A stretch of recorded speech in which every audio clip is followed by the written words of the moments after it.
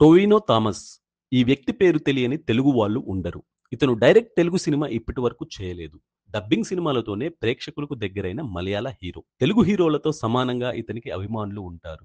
Lockdown సమయంలో కొన్ని మలయాళం సినిమాలు తెలుగులోకి విడుదల చేశారు. అందులో సగం పైనే సినిమాలు ఇతనివే ఉన్నాయి.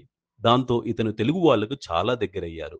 అయితే ఇప్పుడు టొవినో థామస్ నటించిన 'అన్వేషిప్పన్ కండుతుం' సినిమా విడుదలయ్యింది. ఈ సినిమా ఈ ఏడాది ఫిబ్రవరిలో విడుదలై మంచి కలెక్షన్‌లు రాబట్టింది. ఈ సినిమా మార్చ్ 8 నుంచి నెట్‌ఫ్లిక్స్‌లో స్ట్రీమింగ్ అవుతుంది. మరి ఈ చిత్రం ఎలా ఉందో ఓసారి చూసేద్దామా? ఆనంద్ నారాయణ్ సబ్ ఇన్స్‌పెక్టర్‌గా పనిచేస్తుంటాడు. అతడు పనిచేసే స్టేషన్ పరిధిలో ఓ యువతి మిస్సింగ్ కేసు నమోదవుతుంది. ఆనంద్, అతని టీం ఈ సమస్యను పరిష్కరిస్తుంది. అయినా వాళ్ళు సస్పెండ్ అవుతారు. దోషులుగా నిలబడతారు. ఆ తర్వాత కొన్నాళ్లకు ఈ టీంకు శ్రీదేవి అన్సాల్వ్డ్ కేసును అప్పగిస్తారు. మరి ఆనంద్ టీం ఈ కేసును ఎలా పరిష్కరించింది? ఆ సమయంలో వారికి ఎలాంటి సమస్యలు ఎదురయ్యాయి అనేదే ఈ సినిమా. ఈ సినిమా చూసిన ప్రతి ఒక్కరికి ఒక్క టికెట్ మీద 2 సినిమాలు చూసిన అనుభూతి కలుగుతుంది. ఆనంద్ టీం ముందు పరిష్కరించిన కేసు, ఆ తర్వాత శ్రీదేవి కేసును ఎలా పరిష్కరించారు అనేదే తెర మీద చూపించారు. హీరో పోలీస్ అంటే బీభత్సమైన యాక్షన్ సీన్స్ వంటివి ఊహిస్తాం. కానీ ఈ సినిమాలో అలాంటివేమీ ఉండవు.